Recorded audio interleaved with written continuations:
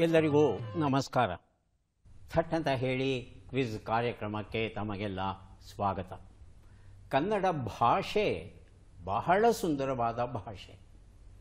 ಇದು ಎಷ್ಟು ಸುಂದರವಾಗಿದೆ, ಈ ಭಾಷೆಯ ಶಬ್ದಗಳು, ವಾಕ್ಯಗಳು ಎಷ್ಟು ಕರ್ಣಾನಂದಕರವಾಗಿವೆ, ಹೃದಯವನ್ನು ಹೇಗೆ ಅರಳಿಸುತ್ತವೆ.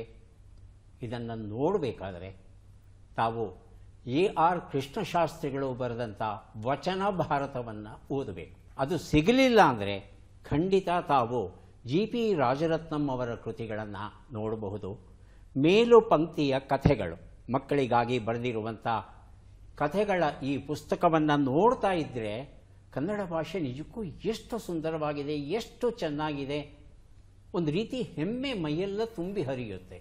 ಅಷ್ಟು ಸೊಗಸಾಗಿದೆ ಇಲ್ಲಿರ್ತಕ್ಕಂಥ ಕನ್ನಡ ಭಾಷೆ. ಮಕ್ಕಳಿಗಾಗಿ ಸಾಹಿತ್ಯ ಕೃಷಿಯನ್ನು ಕನ್ನಡದಲ್ಲಿ ಆರಂಭಿಸಿದವರು ರಾಜರತ್ನಂ, ಅದರಲ್ಲೂ ಕವನಗಳು. ಹಾಗೆಯೇ ಇಲ್ಲಿ ಇರ್ತಕ್ಕಂಥ ಪುಟ್ಟ ಪುಟ್ಟ ಕಥೆಗಳು, 12 ಕಥೆಗಳಿವೆ. 12 ಕಥೆಗಳು ನಮ್ಮ ಭಾವ ಜಗತ್ತನ್ನು ರೂಪಿಸುವಂಥ ಕಥೆಗಳು. ಇಂತಹ ಕಥೆಗಳನ್ನು ಓದೋದಕ್ಕೆ ಮಕ್ಕಳಿಗೆ ನಾವು ಖಂಡಿತ ಕೊಡೋಣ. ಈಗ ಕಾರ್ಯಕ್ರಮವನ್ನು ಆರಂಭಿಸ್ತಾ ಇದ್ದೇವೆ. ಸ್ಪರ್ಧಿಗಳ ಪರಿಚಯ. ಮೊದಲ ಸ್ಪರ್ಧಿ. ಎಲ್ಲರಿಗೂ ನಮಸ್ಕಾರ. ನನ್ನ ಹೆಸರು ಅಭಿಷೇಕ್ ಹೆಬ್ಬಾರ್ ಅಂತ. ನಾನು ಮಾಗಡಿ ರಸ್ತೆ ಕಾಚೋಳ್ಳಿಯಿಂದ ಬಂದಿದ್ದೀನಿ. ನನ್ನ ಹವ್ಯಾಸಗಳು ಸಂಗೀತ, ಹಾಡುವುದು, ಕೇಳುವುದು ಮತ್ತು ತಟ್ಟಂತ ಹೇಳಿ ಕಾರ್ಯಕ್ರಮವನ್ನು ನೋಡುವುದು. ಅಭಿಷೇಕ್ ಅವರಿಗೆ ಸ್ವಾಗತವನ್ನು ಕೋರ್ತಾ ಇದ್ದೇವೆ. ಮುಂದಿನ ಸ್ಪರ್ಧಿ. ಎಲ್ಲರಿಗೂ ನನ್ನ ನಮಸ್ಕಾರಗಳು. ನನ್ನ ಹೆಸರು ಅಶ್ವಿನಿ. ನಾನು ಚಿತ್ರದುರ್ಗ ಜಿಲ್ಲೆಯ ಚಳ್ಳಕೆರೆ ತಾಲೂಕಿನ ಕೆರೆಯಾಗಳಹಳ್ಳಿ ಎಂಬ ಗ್ರಾಮದಿಂದ ಬಂದಿದ್ದೇನೆ. ನಾನು ಪ್ರಸ್ತುತ ಶ್ರೀ ಎನ್ ಜಯಣ್ಣ ಬಿ.ಡಿ. ಕಾಲೇಜಿನಲ್ಲಿ ವ್ಯಾಸಂಗವನ್ನು ಮಾಡುತ್ತಿದ್ದು, ನನ್ನ ಹವ್ಯಾಸಗಳು ಓದುವುದು ಮತ್ತು ಬರೆಯುವುದು. ಅಶ್ವಿನಿ ಅವರಿಗೆ ಸ್ವಾಗತವನ್ನು ಕೋರ್ತಾ ಇದ್ದೇವೆ. ನಮ್ಮ ಮೂರನೆಯ ಸ್ಪರ್ಧಿ. ಎಲ್ಲ ಕನ್ನಡ ಮನಸ್ಸುಗಳಿಗೂ ನನ್ನ ನಮಸ್ಕಾರಗಳು. ನನ್ನ ಹೆಸರು ಯತೀಶ್ ಎಂ ಸಿದ್ದಾಪುರ. ನಾನು ಐತಿಹಾಸಿಕ ಕೋಟೆ ನಗರಿ ಚಿತ್ರದುರ್ಗ ಜಿಲ್ಲೆಯ ಚಳ್ಳಕೆರೆ ತಾಲೂಕಿನ ಸಿದ್ದಾಪುರ ಗ್ರಾಮದಿಂದ ಬಂದಿದ್ದೇನೆ. ನಾನು ಪ್ರಸ್ತುತ ಚಳ್ಳಕೆರೆಯಲ್ಲಿರುವ ಶ್ರೀ ಎನ್ ಜೈನ ಶಿಕ್ಷಣ ಮಹಾವಿದ್ಯಾಲಯದಲ್ಲಿ ಬಿ.ಇ.ಡಿ. ಪದವಿಯನ್ನು ಪಡೆಯುತ್ತಿದ್ದೇನೆ. ನನ್ನ ಹವ್ಯಾಸಗಳು ತಟ್ಟ ಅಂತ ಹೇಳಿ ಕಾರ್ಯಕ್ರಮವನ್ನು ತಪ್ಪದೆ ವೀಕ್ಷಿಸುವುದು ಮತ್ತು ಡಿವೈನ್ ಪಾರ್ಕಿನ ವಿವೇಕ ಸಂಪದ ಮತ್ತು ಬೆಂಗಳೂರಿನ ವಿವೇಕ ಹಂಸ ಪತ್ರಿಕೆಗಳಿಗೆ ಲೇಖನಗಳನ್ನು ಬರೆಯುತ್ತಿದ್ದೇನೆ. ಹಾಗೆಯೇ ಚಳ್ಳಕೆರೆಯಲ್ಲಿರುವ ಶ್ರೀ ಶಾರದಾಶ್ರಮದ ಪೂಜ್ಯ ಮಾತಾಜಿ ತ್ಯಾಗಮಯ್ಯ ಅವರ ದಿವ್ಯ ಮಾರ್ಗದರ್ಶನದಲ್ಲಿ ನಾನು ದಿವ್ಯತ್ರಯರ ಜೀವನ ಮತ್ತು ಸಂದೇಶ ಪ್ರಚಾರ ಕಾರ್ಯದಲ್ಲಿ ತೊಡಗಿಸಿಕೊಂಡಿದ್ದೇನೆ. ಈಗ ಬಸವಣ್ಣವರ ಒಂದು ವಚನವನ್ನು ಹಾಡ್ತೇನೆ. ಉಳ್ಳವರು ಶಿವಾಲಯ ಮಾಡುವರಯ್ಯ, ಉಳ್ಳವರು ಶಿವಾಲಯ ಮಾಡುವರಯ್ಯ, ನಾನೇನ ಮಾಡಲಿ ಬಡವನಯ್ಯ, ನಾನೇನ ಮಾಡಲಿ ಬಡವನಯ್ಯ, ಉಳ್ಳವರು ಶಿವಾಲಯ ಮಾಡುವರಯ್ಯ, ಉಳ್ಳವರು ಶಿವಾಲಯ ಮಾಡುವರಯ್ಯ. ಬಹಳ ಸಂತೋಷ ಯತೀಶ್. ಕಾರ್ಯಕ್ರಮಕ್ಕೆ ಸ್ವಾಗತ. ಮೂವರು ಸಿದ್ಧವಾಗಿದ್ದರೆ ಕಾರ್ಯಕ್ರಮ ಆರಂಭಿಸೋಣ. ಮೊದಲಿಗೆ ನಿಯಮಗಳನ್ನು ಒಮ್ಮೆ ನೋಡೋಣ. ಒಟ್ಟು 10 ಪ್ರಶ್ನೆಗಳು. ಮೊದಲು ಬಜರ್ ಒತ್ತಿದವರಿಗೆ ಉತ್ತರ ನೀಡುವ ಅವಕಾಶ. ಪ್ರತಿ ಸರಿ ಉತ್ತರಕ್ಕೆ ಒಂದು ಪುಸ್ತಕ ಬಹುಮಾನ. ಆಯ್ಕೆಗಳು ಬರುವ ಮೊದಲೇ ಬಜರ್ ಒತ್ತಿ ಸರಿ ಉತ್ತರ ನೀಡಿದರೆ 2 ಪುಸ್ತಕ ಬಹುಮಾನ. 100 ಅಂಕ ಗಳಿಸಿದವರಿಗೆ ಒಂದು ಪುಸ್ತಕ ವಿಶೇಷ ಬಹುಮಾನ. ನಕಾರಾತ್ಮಕ ತಂತ್ರಗಳಿಗೆ ಅವಕಾಶವಿಲ್ಲ. ಮೊದಲ ಪುಸ್ತಕ, ಮೊದಲ ಪ್ರಶ್ನೆ. ಪೆದ್ದಣ್ಣನ ಇಕಾಲಜಿ ಮತ್ತು ಪರಿಸರ ಲೇಖನಗಳು, ಎಚ್.ಎ. ಪುರುಷೋತ್ತಮರಾವ್ ಬರೆದಂಥ ಪುಸ್ತಕ. ಮೊದಲ ಪ್ರಶ್ನೆ ಈಗ ಬಂತು. ಕನ್ನಡದ ವರ್ಣಮಾಲೆಯಲ್ಲಿ ತಾಲವ್ಯದಿಂದ, ಅಂಗುಳದಿಂದ ಹುಟ್ಟುವ ಅಕ್ಷರಗಳು ಯಾವುವು? ಆಯ್ಕೆಗಳನ್ನು ನೋಡೋಣ. ಪ ವರ್ಗ, ಕ ವರ್ಗ, ಚ ವರ್ಗ, ತ ವರ್ಗ. ಮೊದಲಿಗೆ ಅಭಿಷೇಕ್, ಆನಂತರ ಅಶ್ವಿನಿ. ಛ ವರ್ಗ. ಎಷ್ಟನೇದು? ಆಯ್ಕೆ 3. ಚ ವರ್ಗ. ಹೇಳಿ ಅಶ್ವಿನಿ. ಆಯ್ಕೆ 3 ಸರ್. ಚ ವರ್ಗ ಸರಿಯಾಗಿದೆಯಾ ಯತೀಶ್? ಅದೇ ಸರ್, ಅದೇ. ಉತ್ತರವನ್ನು ನೋಡೋಣ. ಚ ವರ್ಗ ಉತ್ತರ ಸರಿಯಾಗಿದೆ. ಅಭಿಷೇಕ್ ಹೆಬ್ಬಾರ್ ಅವರಿಗೆ ಪೆದ್ದಣ್ಣನ ಇಕಾಲಜಿ ಈ ಪುಸ್ತಕವನ್ನು ಕೊಟ್ಟಿದ್ದೇನೆ. ಚ ವರ್ಗ ಹೇಗೆ ಸರಿಯಾದ ಉತ್ತರ? ಛ ಅಂತ ನಮ್ಮ ನಾಲಿಗೆಯಿಂದ ಬಾಯಿಯ ಮೇಲ್ಭಾಗವನ್ನು ಮುಟ್ಟು ನೋಡಿಕೊಂಡ್ರೆ ಅಂಗುಳಿ. ಮೊದಲು ಗಟ್ಟಿಯಾದ ಭಾಗ ಸಿಗುತ್ತೆ. ಇದನ್ನು ಹಾರ್ಡ್ ಪ್ಯಾಲೆಟ್, ಗಡಸು ತಾಲು ಅಂತ ಹೇಳ್ತೇವೆ. ಅದರ ಹಿಂಭಾಗದಲ್ಲಿ ಸಾಫ್ಟ್ ಪ್ಯಾಲೆಟ್, ಮೃದು ತಾಲು ಅಂತ ಬರುತ್ತೆ. ಈ ಚ ಛ ಜ ಜ ಹೇಳಬೇಕು ಅಂದರೆ ಈ ನಾಲಿಗೆ ಅನ್ನೋದು ಈ ಗಡಸು ತಾಲಿನ ಸಂಪರ್ಕಕ್ಕೆ ಬರಲೇಬೇಕು. ಅದು ಬರದೆ ಚ ಅಂತ ಹೇಳ್ತೀನಿ ಅಂದರೆ ಅದು ಸಾಧ್ಯವೇ ಇಲ್ಲ. ಹಾಗಾಗಿ ಚ ಛ ಜ ಜ ಜ್ಞ ಅನ್ನೋದು ಈ ಮೂಲದಿಂದ, ಹಾರ್ಡ್ ಪ್ಯಾಲೆಟ್ಟಿಂದ, ಗಡಸು ತಾಲಿನಿಂದ ಹುಟ್ಟುವಂಥ ಶಬ್ದಗಳು ಇವು. ಚ ಛ ಜ ಜ ಜ್ಞ ಜೊತೆ ಯ ಮತ್ತು ಶ ಈ ಎರಡೂ ಅಕ್ಷರಗಳು ಸಹ ಅದೇ ಪ್ರದೇಶದಿಂದಲೇ ಹುಟ್ಟುತ್ತವೆ. ಮುಂದಿನ ಪುಸ್ತಕ ಜನಪ್ರಿಯ ಲೋಕಪ್ರಿಯ, ರಾಜ್ ಮುರಳಿ ಬರೆದ ಕವನ ಸಂಕಲನ. ಪ್ರಶ್ನೆ: ಕ್ರಿಸ್ತಶಕ 1145ರಲ್ಲಿ ಅಭಿಧಾನ ವಾಸ್ತುಕೋಶ ಎಂಬ ನಿಘಂಟನ್ನು ಯಾರು ಬರೆದರು? ಆಯ್ಕೆಗಳನ್ನು ನೋಡೋಣ. ಬೊಮ್ಮರಸ, ಲಿಂಗಣ್ಣ ಮಂತ್ರಿ, ನಾಗವರ್ಮ 1, ನಾಗವರ್ಮ 2. ಮೊದಲಿಗೆ ಅಭಿಷೇಕ್ ಹೆಬ್ಬಾರ್, ಆನಂತರ ಯತೀಶ್. ನಾಗವರ್ಮ 1. ನಾಗವರ್ಮ 1 ಆಯ್ಕೆ 3. ಯತೀಶ್ ಬೊಮ್ಮರಸ ಆಯ್ಕೆ 1. ಆಯ್ಕೆ 1. ಉತ್ತರವನ್ನು ನೋಡೋಣ. ಆದರೆ ಸರಿಯಾದ ಉತ್ತರ ಇಮ್ಮಡಿ ನಾಗವರ್ಮ 2ನೇ ನಾಗವರ್ಮ ಆಗಿತ್ತು. ನಿಘಂಟು ಅಂದರೆ ಏನು ಅನ್ನೋದನ್ನು ಬಹಳ ಚೆನ್ನಾಗಿ ವಿವರಿಸ್ತಾನೆ ಇಲ್ಲಿ ನಾಗವರ್ಮ, ಇಮ್ಮಡಿ ನಾಗವರ್ಮ.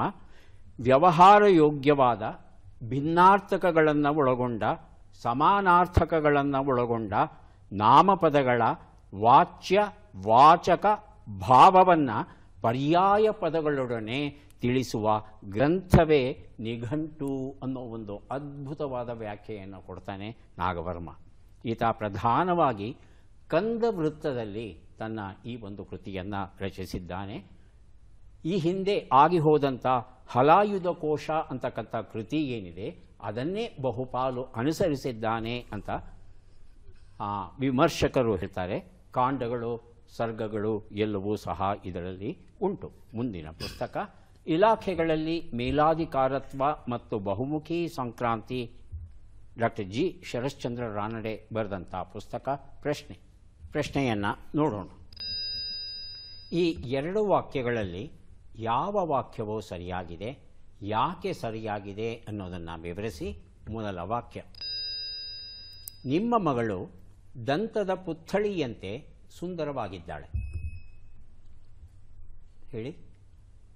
ಇನ್ನು 2ನೇ ವಾಕ್ಯ ಬಂದೇ ಇಲ್ಲ. ಕಾದಿರಿಸೋ ವ್ಯವಸ್ಥೆ ಇಲ್ಲ. ದಯವಿಟ್ಟು ಮೊದಲೇ ಪ್ರಶ್ನೆ ಬರೋದಕ್ಕೆ ಮೊದಲೇ ಬಜರ್ ಒತ್ತಿದ್ರೆ ಉತ್ತರ ಗೊತ್ತಿದೆ ಅಂತ ಅರ್ಥ. ಗೊತ್ತಿದ್ರೆ ಹೇಳ್ಬೋದು. ನಿಮ್ಮ ಮಗಳು ದಂತದ ಪುತ್ಥಳಿಯಂತೆ ಸುಂದರವಾಗಿದ್ದಾಳೆ. ಅಲ್ಲಿರೋದನ್ನೇ ಓದಿದ್ದೀರಿ. ಅಲ್ಲ, ಅದು ಏನು ತಪ್ಪಾಗಿದೆ ಅನ್ನೋದನ್ನು ಹೇಳಿ. ಕೊನೆ ಪಕ್ಷ ತಪ್ಪಾಗಿರೋದನ್ನು ಸರಿಪಡಿಸಿ ಹೇಳಬೇಕು. 2ನೇ ವಾಕ್ಯ: ನಿಮ್ಮ ಮಗಳು ದಂತದ ಪುತ್ಥಳಿಯಂತೆ ಸುಂದರವಾಗಿದ್ದಾಳೆ. ತಮಗೆ ಅವಕಾಶ ಇಲ್ಲ. ಅಶ್ವಿನಿ ಅವರಿಗೆ ಆಪ್ಷನ್ 2 ಸರ್. 2ನೇದು ಸರಿಯಾಗಿದೆ ಅಂತ ಹೇಳ್ತಿದ್ದೀರಾ. ಯಾಕೆ ಸರಿಯಾಗಿದೆ? ಪುತ್ಥಳಿ. ಯತೀಶ್, ತಮಗೆ ಗೊತ್ತಿದೆಯಾ? ನಿಮ್ಮ ಮಗಳು ಮೊದಲನೇದ 2ನೇದ? 2ನೇದು ಸರಿ ಇರ್ಬೋದು ಸರ್. ಯಾಕೆ? ಅಂದರೆ ಪುತ್ಥಳಿಯಲ್ಲಿ ತಾಗೆ ಒತ್ತಕ್ಷರ ಅಲ್ಲಿ ಏನೋ ಹೊಸದಾಗಿ ನಾವು ತುಂಬ ಜನ ಮೇಲ್ಗಡೆದು ಉಪಯೋಗಿಸ್ತಾ ಇರ್ತೇವೆ. ಹಾಗಾಗಿ ಕೆಳಗಡೆದೇ ಸರಿ ಅಂತ ಅನಿಸುತ್ತೆ. ಅದಕ್ಕೆ ವಿವರಣೆ ಏನಿಲ್ವಾ? ವಿವರಣೆ ನಾನು ಮೊದಲನೇದೇ ಸರಿ ಇದೆ ಅಂತ ಹೇಳ್ತೇನೆ. ನಾನು ಹೇಳ್ತಾ ಇರೋದು ತಪ್ಪು ಅನ್ನೋದನ್ನು ನನಗೆ ಹೇಳ್ಕೊಡ್ಬೇಕು ನೀವು. ಉತ್ತರವನ್ನು ನೋಡೋಣ. ನಿಮ್ಮ ಮಗಳು ದಂತದ ಪುತ್ಥಳಿಯಂತೆ ಸುಂದರವಾಗಿದ್ದಾಳೆ. ಇಲ್ಲಿ ಪುತ್ಥಳಿ ಅನ್ನುವಾಗ ಅಲ್ಪ ಪ್ರಾಣ ಬರಬೇಕು, ಪುತ್ಥಳಿ ಅಂತ ಮಹಾಪ್ರಾಣ ಬರಬಾರದು. ಯಾಕೆ ಅಂದರೆ ಈ ಪುತ್ಥಳಿ ಅನ್ನೋ ಶಬ್ದ ಹೇಗೆ ಬಂತು ಅನ್ನೋದನ್ನು ನಾವು ನೋಡಬೇಕಾಗುತ್ತೆ. ಪುತ್ಥಳಿ ಅಂತ ಹೇಳ್ತಂದರೆ ಮಣ್ಣಿಂದ, ದಂತದಿಂದ, ಮರದಿಂದ ಮಾಡಿದಂಥ ಬೊಂಬೆ. ಈ ಪುತ್ಥಳಿ ಅನ್ನೋ ಶಬ್ದ ಸಂಸ್ಕೃತ ಭಾಷೆಯ ಪುತ್ತಲಿ ಅಥವಾ ಪುತ್ತಲಿಕಾ ಅನ್ನೋ ಶಬ್ದದಿಂದ ಬಂದಿದೆ. ಸಂಸ್ಕೃತದಲ್ಲಿ ಲಕಾರ ಇಲ್ಲ, ಲಕಾರ ಇದೆ.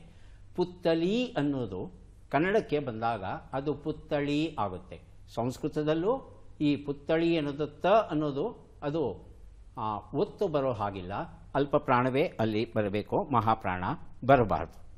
ಈ ತಪ್ಪನ್ನು ನಾವು ಇನ್ನು ಮುಂದಾದರೂ ಮಾಡದೆ ಇರೋಣ. ಮುಂದಿನ ಪುಸ್ತಕ ಮುಕ್ತಕ ಮಂದಾರ, GN ಶ್ಯಾಮಸುಂದರ್ ಬರೆದಿರುವಂಥದ್ದು. ಪ್ರಶ್ನೆ: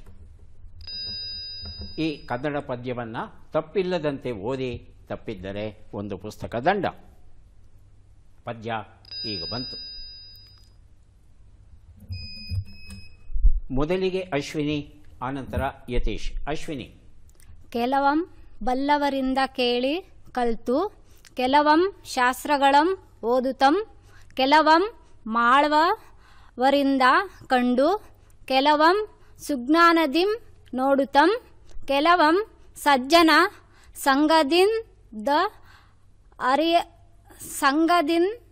ಸಂಗದಿಂದಲ್ ಅರಿಯಲ್, ಸರ್ವಜ್ಞನ್ ಅಪ್ಪಂತೆ ಪೇಳ್, ಫಲವುಂ ಪಳ್ಳ ಸಮುದ್ರವೈ ಹರಿಹರ ಶ್ರೀ ಚೆನ್ನಸೋಮೇಶ್ವರ. ಒಂದು 5 ತಪ್ಪುಗಳಾದರೂ ಆಗೋಯ್ತಮ್ಮ. ಯತೀಶ್, ಆ ತಪ್ಪುಗಳನ್ನು ನೀವು ಮಾಡಬೇಡಿ, ಓದಿ. ಕೆಲವಂ ಬಲ್ಲವರಿಂದ ಕೇಳಿ ಕಲ್ತು, ಕೆಲವಂ ಶಾಸ್ತ್ರಗಳಂ ಓದುತ್ತಂ, ಕೆಲವಂ ಮಾಳ್ಪವರಿಂದ ಕಂಡು, ಕೆಲವಂ ಸುಜ್ಞಾನದಿಂ ನೋಡುತ್ತಂ, ಕೆಲವಂ ಸಜ್ಜನ ಸಂಗದಿಂದ ಅರಿಯಲ್, ಸರ್ವಜ್ಞನ್ ಅಪ್ಪಂತೆ ಪೇಳ್, ಫಲವಂ ಪಳ್ಳ ಸಮುದ್ರವೈ ಹರಹರ ಶ್ರೀ ಚೆನ್ನಸೋಮೇಶ್ವರ. ಹರಿಹರ ಅಲ್ಲ, ಹರಹರ ಅದು. ಹೇಳಿ ಅಭಿಷೇಕ್.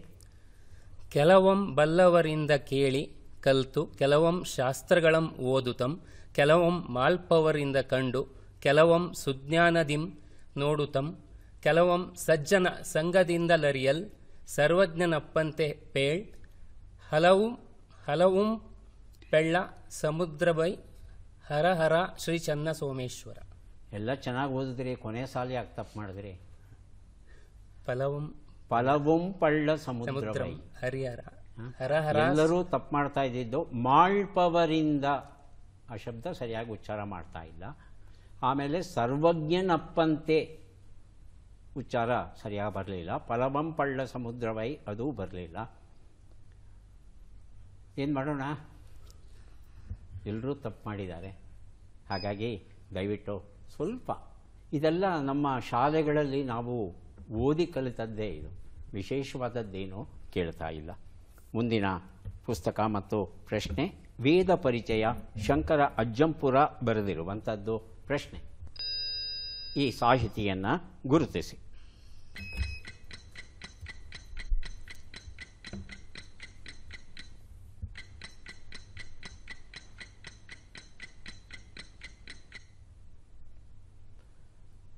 ಆಯ್ಕೆಗಳು ಬರೋದಕ್ಕೆ ಮೊದಲು ಯತೀಶ್ ಬರೆದಿರುತ್ತಿದ್ದಾರೆ. ಉತ್ತರ: ಹೆಸರಾಂತ ಚಿತ್ರ ಸಾಹಿತಿ NS ಲಕ್ಷ್ಮೀನಾರಾಯಣ ಭಟ್ಟರು.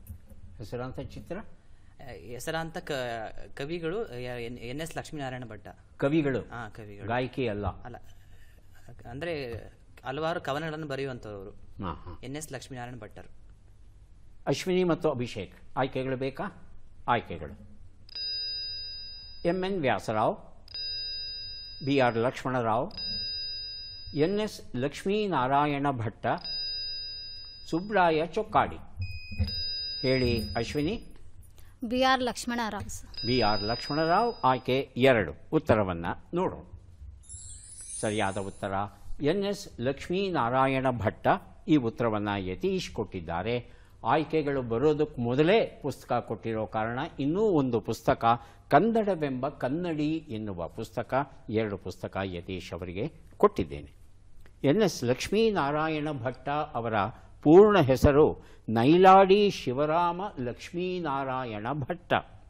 ಬೆಂಗಳೂರು ವಿಶ್ವವಿದ್ಯಾನಿಲಯದಲ್ಲಿ ಕನ್ನಡ ವಿಭಾಗದ ಮುಖ್ಯಸ್ಥರಾಗಿ, ಡೀನ್ ಆಗಿ 20 ವರ್ಷಗಳ ಸೇವೆಯನ್ನು ಸಲ್ಲಿಸಿದ್ದಾರೆ.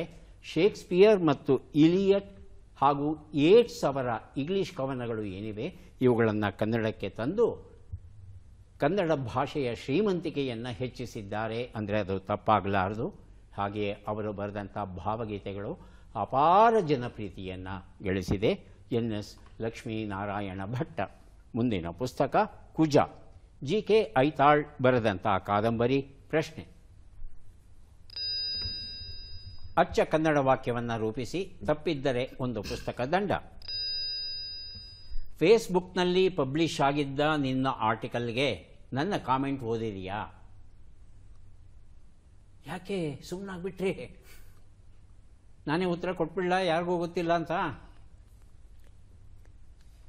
ಬಹಳ ಸರಳವಾದ ವಾಕ್ಯ. ಇದೆಲ್ಲ ನಾವು ನಮ್ಮ ದೈನಂದಿನ ಬದುಕಲ್ಲಿ ಬಳಸುವಂಥದ್ದೇ. ಏನು ಮಾಡಲಿ, ಸಮಯ ಇಲ್ಲ ನಮ್ಮ ಹತ್ರ. ಕಾಲ ಬೆನ್ನು ತಟ್ಟಿ ಹೇಳ್ತಾ ಇದ್ದೇನೆ, ಮುಗಿತಾ ಇದೆ ಅಂತ. ಬಸ್ಸರ್ ಒತ್ಬಿಟ್ಟು ಹೇಳ್ತೀನಿ. ಹಾಂ, ಹೇಳಿ. ಮುಖ ಪುಸ್ತಕದಲ್ಲಿ ಪ್ರಕಟ ಆಗಿದ್ದ ನಿನ್ನ ಲೇಖನಕ್ಕೆ ನನ್ನ ಪ್ರತಿಕ್ರಿಯೆ ಓದಿದೀಯಾ? ಉತ್ತರವನ್ನು ನೋಡೋಣ. ಫೇಸ್ಬುಕ್ನ ಕನ್ನಡದಲ್ಲಿ ಅನುವಾದ ಮಾಡಬಾರ್ದು ಅಲ್ವಾ? ಈಗ HMT ಅದನ್ನು ಹಾಗೆ ಉಳಿಸ್ಕೋಬೇಕು. ಅದನ್ನು ಬದಲಾವಣೆ ಮಾಡಲಿಕ್ಕೆ ಸಾಧ್ಯ. ಈಗ ನಿಮ್ಮ ಹೆಸರು ಯತೀಶ್, ಇಂಗ್ಲೀಷಲ್ಲಿ ಹೇಳಿ ಯತೀಶ್ನ. ಯತೀಶ್ ಒಂದು ಹೆಸರು, ಅದನ್ನು ಬದಲಾವಣೆ ಮಾಡೋ ಹಕ್ಕು ಯಾರಿಗೂ ಇಲ್ಲ. ಸೊ ಫೇಸ್ಬುಕ್ನಲ್ಲಿ ಪ್ರಕಟವಾಗಿದ್ದ ನಿನ್ನ ಲೇಖನಕ್ಕೆ ನನ್ನ ಅಭಿಪ್ರಾಯವನ್ನು ಓದಿದೆಯಾ? ಹಾಗಾಗಿ ಇಂಗ್ಲೀಷ್ ಮೂಲ ಶಬ್ದಗಳನ್ನು ಇರುವ ಹಾಗೆ ಎಲ್ಲೆಲ್ಲಿ ಬಳಸಬೇಕು ಅನ್ನೋದನ್ನು ತಿಳ್ಕೋಬೇಕಾಗುತ್ತೆ. ಮುಂದಿನ ಪುಸ್ತಕ ಲಕ್ಷ್ಮೀಶ ತೊಳ್ಪಾಡಿ ಅವರು ಬರೆದಂಥ ಮಹಾಯುದ್ಧಕ್ಕೆ ಮುನ್ನ ಭಗವದ್ಗೀತೆಯ ಕೆಲವು ವಿಚಾರಗಳನ್ನು ತಿಳಿಸುವಂಥ ಸೊಗಸಾದ ಕೃತಿ ಇದು. ಪ್ರಶ್ನೆ: ಈ ಚರಣದ ಪಲ್ಲವಿಯನ್ನು ಹೇಳಿ ಅಥವಾ ಹಾಡಿ. ಈಗ ಬಂತು ಚರಣ. ತಿಂಗಳ ರಾತ್ರಿ ತೊರೆಯ ಸಮೀಪ ಉರಿದಿದೆ ಯಾವುದೋ ದೀಪ, ಯಾರೋ ಮೋಹನ ಯಾವ ರಾಧೆಗೋ ಪಡುತ್ತಿರುವನೋ ಪರಿತಾಪ. ಲೋಕದ ಕಣ್ಣಿಗೆ ರಾಧೆಯು ಕೂಡ ಎಲ್ಲರಂತೆ ಒಂದು ಹೆಣ್ಣು, ನನಗೂ ಆಕೆ ಕೃಷ್ಣನ ತೋರುವ. ಅಷ್ಟೇ ಸರ್. ಹೇಳಿ ಹೇಳಿ, ಚೆನ್ನಾಗಿದೆ, ಹೇಳಿ, ಸರಿಯಾಗಿದೆ, ಹೇಳಿ. ಅಷ್ಟೇ, ಮುಂದೆ ಬರ್ತದೆ. ಅಷ್ಟೇ ನೆನಪಾಗ್ತಾ ಇದೆ. ಯತೀಶ್: ಯಾವ ಮೋಹನ ಮುರಳೀಕರೆ, ಯಾವ ಮೋಹನ ಮುರಳೀಕರೆಯಿತು ದೂರ ತೀರಕ್ಕೆ ನಿನ್ನನು. ಹೌದಾ? ಗೋಪಾಲಕೃಷ್ಣ ಅದೇ ಸಾಂಗ್ ಸರ್.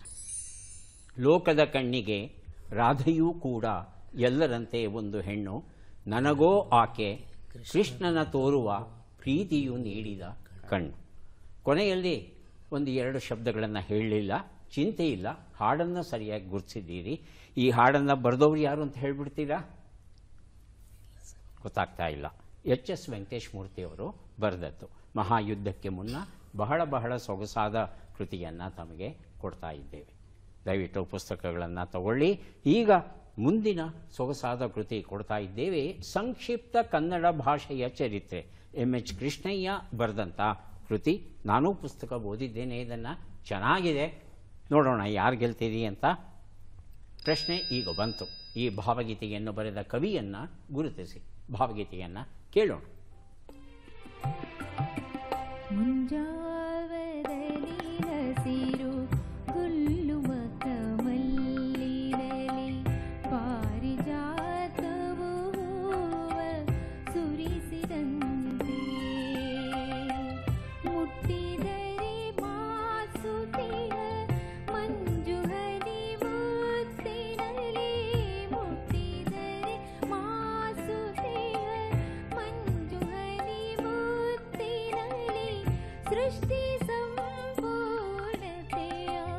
ಬಿಂಬಿಪಂತೆ. ಆಯ್ಕೆ ಹೇಳಿ ಯತೀಶ್. H.S. ವೆಂಕಟೇಶ್ ಮೂರ್ತಿ. H.S. ವೆಂಕಟೇಶ್ ಮೂರ್ತಿ. ಆಯ್ಕೆಗಳನ್ನು ನೋಡೋಣ. ವಾಣಿಶ್ರೀ ಗುಂಡೂರು, ಮಮತಾ ಜಿ ಸಾಗರ್, ವಸಂತ ಕುಷ್ಟಗಿ, ಚನ್ನವೀರ ಕಣವಿ. ಎರಡನೇದಾಗಿ ಬಸರುತ್ತಿದ್ದಾರೆ ಅಶ್ವಿನಿ. ಮಮತಾಜಿ ಸಾಗರ್ ಸರ್.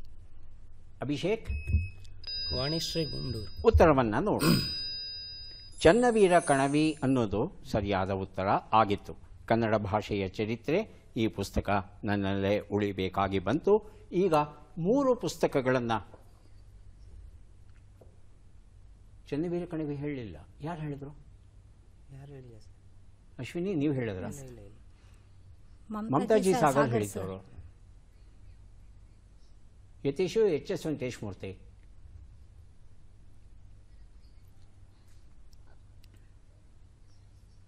ಓಕೆ. ಸಂಕ್ಷಿಪ್ತ ಕನ್ನಡ ಭಾಷೆಯ ಚರಿತ್ರೆ ಈ ಪುಸ್ತಕ ನನ್ನಲ್ಲೇ ಉಳಿತು. ಮುಂದೆ 3 ಪುಸ್ತಕಗಳನ್ನು ಕೊಡೋದಕ್ಕೆ ಸಿದ್ಧವಾಗಿದ್ದೇವೆ. ಪದಬಂಧ ಈಗ ಬಂತು. ಸುಳುಹುಗಳನ್ನು ನೋಡೋಣ. ಕಾರಂತರ ಸಮರವು ಅಂತ್ಯವಾಯಿತು ಎನ್ನುವ ಕಾದಂಬರಿಯ ಶೀರ್ಷಿಕೆ ಇದು. ಬಾನು ಕೆಟ್ಟ ಉಪಾಯ.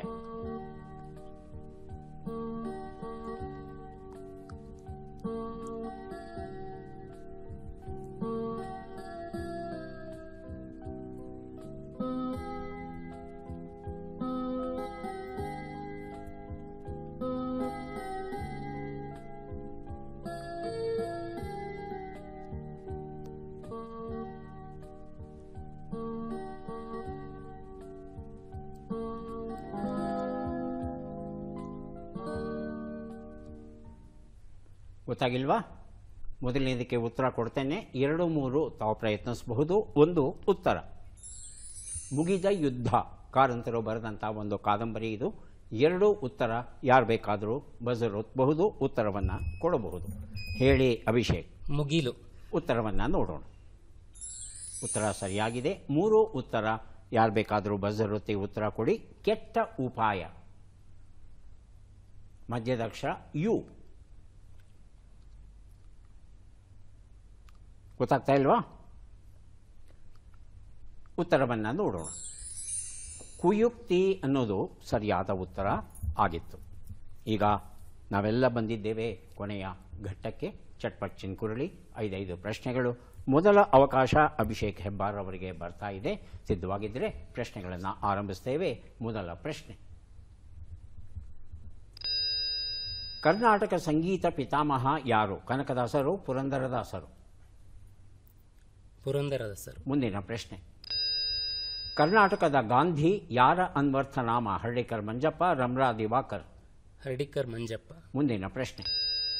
ನನ್ನ ಬಯೋಗ್ರಫಿ ಯಾರ ಆತ್ಮಕತೆ? ಬೀಚಿ, ನಾಡಗೇರಿ ಕೃಷ್ಣರಾವ್? ನಾಡಿಗೇರ್ ಕೃಷ್ಣರಾವ್. ಮುಂದಿನ ಪ್ರಶ್ನೆ. ಕನ್ನಡಂ ಕತ್ತುರಿಯಲ್ತೆ ಈ ಕವಿನುಡಿಯು ಯಾರದ್ದು? ಮುದ್ದಣ, GP ರಾಜರತ್ನಂ? ಮುದ್ದಣ್ಣ. ಮುಂದಿನ ಪ್ರಶ್ನೆ. ನಿರ್ಲಜ್ಜೇಶ್ವರ ಇದು ಯಾರ ಅಂಕಿತ ನಾಮ? ಸುಳೆ ಸಂಕವ್ವೆ, ಕಾಮಮ್ಮ? ಸೂಳೆ ಸಂಕವ್ವೆ. ಉತ್ತರಗಳನ್ನು ನೋಡ್ತಾ ಹೋಗೋಣ. 1 ಉತ್ತರ. ಕರ್ನಾಟಕ ಸಂಗೀತ ಪಿತಾಮಹ ಪುರಂದರದಾಸರು ಸರಿಯಾಗಿದೆ. 2 ಉತ್ತರ. ಕರ್ನಾಟಕ ಗಾಂಧಿ ಹರ್ಡಿಕರ್ ಮಂಜಪ್ಪ ಸರಿಯಾಗಿದೆ. 3 ಉತ್ತರ. ನನ್ನ ಬಯೋಗ್ರಫಿ ಬೀಚಿ ಬರೆದದ್ದು ಕೃಷ್ಣರಾವ್ ಅಲ್ಲ. 4ನೇ ಪ್ರಶ್ನೆಗೆ ಉತ್ತರ ಮುದ್ದಣ ಸರಿಯಾಗಿದೆ. 5ನೇ ಪ್ರಶ್ನೆಗೆ ಉತ್ತರ ಸೂಳೆ ಸಂಕವ್ವಯ್ಯ ಕಾವ್ಯನಾಮ ಇದು. ಸರಿಯಾಗಿದೆಯಾ? ಎಷ್ಟು ಸರಿ ಉತ್ತರ ಕೊಟ್ರಿ? 4 ಪುಸ್ತಕಗಳನ್ನು ತಮಗೆ ಕೊಡ್ತಾ ಇದ್ದೇನೆ. ಈಗ ಅವಕಾಶ ಬರ್ತಾ ಇದೆ ಅಶ್ವಿನಿ ಅವರಿಗೆ. ಸಿದ್ಧವಾಗಿದ್ದರೆ ಪ್ರಶ್ನೆಗಳನ್ನು ಆರಂಭಿಸ್ತೇವೆ. ಮೊದಲ ಪ್ರಶ್ನೆ. ಕನ್ನಡದ ಅಭಿನವ ಕಾಳಿದಾಸ ಯಾರು? ಬಸವಪ್ಪ ಶಾಸ್ತ್ರಿ, ಫಗು ಹಳಕಟ್ಟಿ? ಬಸವಪ್ಪ ಶಾಸ್ತ್ರಿ. ಮುಂದಿನ ಪ್ರಶ್ನೆ.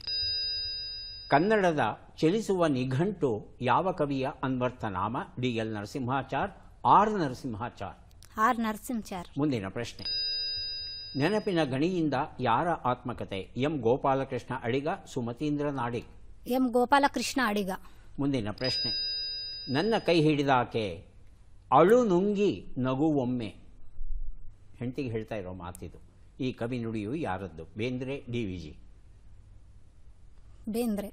ಮುಂದಿನ ಪ್ರಶ್ನೆ. ನಿಷ್ಕಳಂಕ ಮಲ್ಲಿಕಾರ್ಜುನ ಇದು ಯಾರ ಅಂಕಿತ ನಾಮ? ಮೋಳಿಗೆ ಮಾರಯ್ಯ, ಸೊನ್ನಲಿಗೆ ಸಿದ್ದರಾಮ? ಮೋಳಿಗೆ ಮಾರಯ್ಯ. ಉತ್ತರಗಳನ್ನು ನೋಡ್ತಾ ಹೋಗೋಣ. 1 ಉತ್ತರ. ಕನ್ನಡದ ಅಭಿನವ ಕಾಳಿದಾಸ ಬಸವಪ್ಪ ಶಾಸ್ತ್ರಿ ಸರಿಯಾಗಿದೆ. 2 ಉತ್ತರ.